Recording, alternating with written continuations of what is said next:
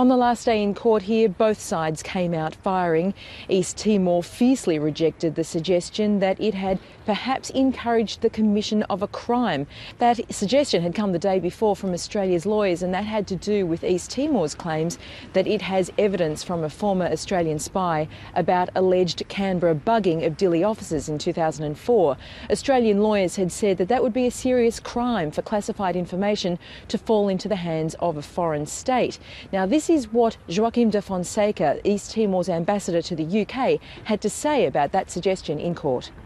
My government is committed to pursue justice in this court. It is equally committed to pursue mutual interest between Timor-Leste and Australia through broader bilateral cooperation. Such expression of distrust falls short of a recognition and appreciation of our broader relationship. I must firmly reject this careless and outrageous suggestion. That was Joaquim de Fonseca. Sir Eli Lauterpacht for East Timor suggested to the judges that Australia may have in fact ordered the raids last year to prevent details coming out about its own illegal activity.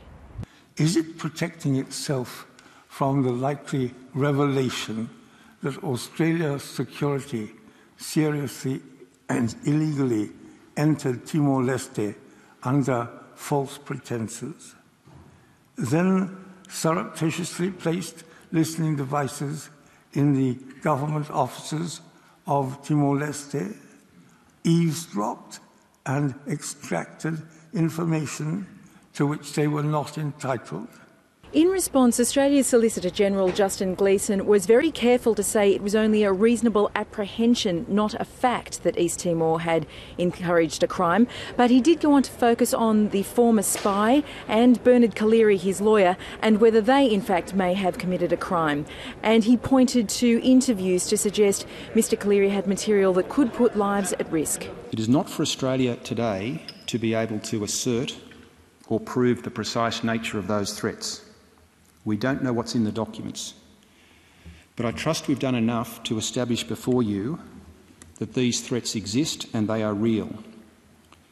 And it's imperative in ASIO and Australia's interest that it be allowed to do its job and inspect the documents and answer the questions I've posed.